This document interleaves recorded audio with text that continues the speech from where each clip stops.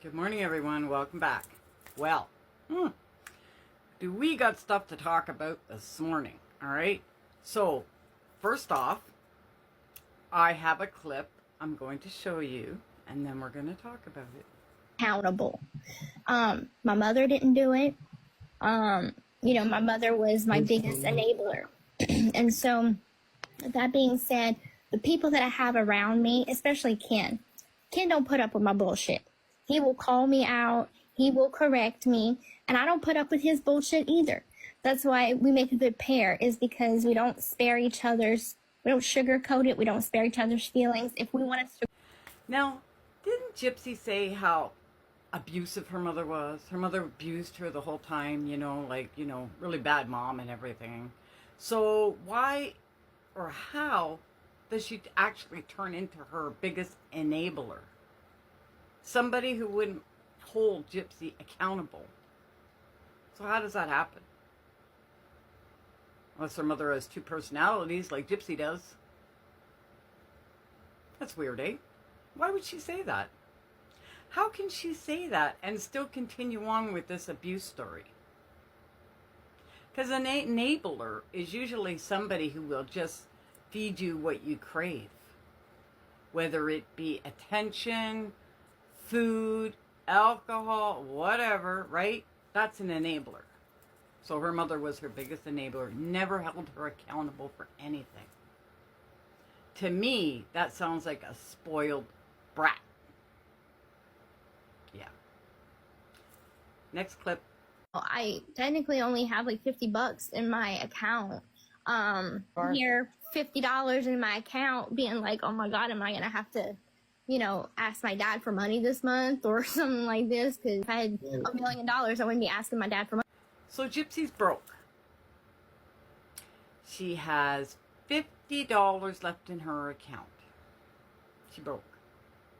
The one who has documentaries, a Lifetime series, a book, almost 10 million followers on TikTok, but she broke.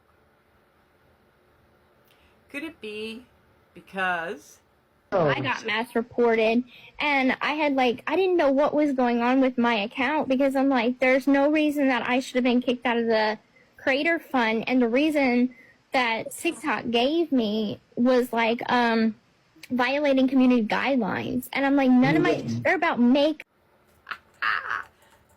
TikTok took down her page for a month. She has no access to it for a month. That means no revenue for one whole month on our almost 10 million followers. You know what, though? I don't think she's making money off that account like she used to, because when she first came out of prison and that account was set up for her, she did not set it up. It was set up for her and already running by the time she got out of prison, okay? She was making all kinds of money because there was a lot of interaction on that page. There was a lot of lives and gifts thrown at her like you wouldn't believe. I'm sure she was making at least 10 grand a month, if not more. If not more. I don't know exactly, but I'm sure she was making good coin, okay? And lately, though, I mean, you've seen her lives. If it's not on Instagram and it's on TikTok, you don't see too many gifts thrown at her anymore. You just see Jimmy there throwing flowers at her all the time because Jimmy has a big time crush on her. But as for everybody else, not so much. Not so much. I have one more clip to show you guys. So last night I had a conversation on the phone with Ryan. I called him because I just really wanted to have a clarity of what we were looking at for the rest of the paternity stuff. He's like, I thought that was on you to take the test. And I'm like, well, I was waiting on the lawyers to tell me a direction, because last I heard, your lawyer said that y'all are not conceding to the test that's already been done. So I said, would you agree to meet with me at Aurora and take a test? I'll pay for it, but can you come to me to do this? Yeah. And he said, I agree to that. That sounds fair. The way he said. So Gypsy, this is after Aurora's born, okay? And you want to meet Ryan, and you want to bring Aurora with you, right? Why? Why does she keep wanting to meet up with Ryan after the fact? Is she trying to rub it in his face? Or is she trying to say, take a good look, she might be yours? I don't know. Because you don't meet your ex and bring your baby from this guy to meet this guy. That's just weird. I mean, I know Gypsy's like scrambled eggs up there anyway. But I think Gypsy's whole purpose right now in life is not to be a mother. It's not to be an influencer. It's not to be Ken's wife. It's to see how bad she can hurt Ryan. She's not done with that man until his face is rubbed into the ground so bad that we all have to sit here and watch it bleed. Then she'll be happy. Ryan, if you doubt if you'll watch this, but if you ever watch this, I mean, guy, go away. Just leave. Just leave her. Don't talk to her. Don't phone her. Don't message her. Don't answer her messages. Don't answer her phone calls. Let her be and move on with your life. If you have to change your phone number, if you have to change your address, do it. Do it. Because that's the only way you can get rid of some people like this. Because people like this feed off of the hurt they give others. They love it. They absolutely love it. The only reason she's sticking it out with Ken so long is because he's not showing her he's hurt. Even though she's tried. Oh yeah, she's tried to hurt Ken many times. She tries to rub Ryan in his face. She tries to rub, I'm sure, finances in his face. But nothing seems to faze Ken because Ken's like, yeah, you know what?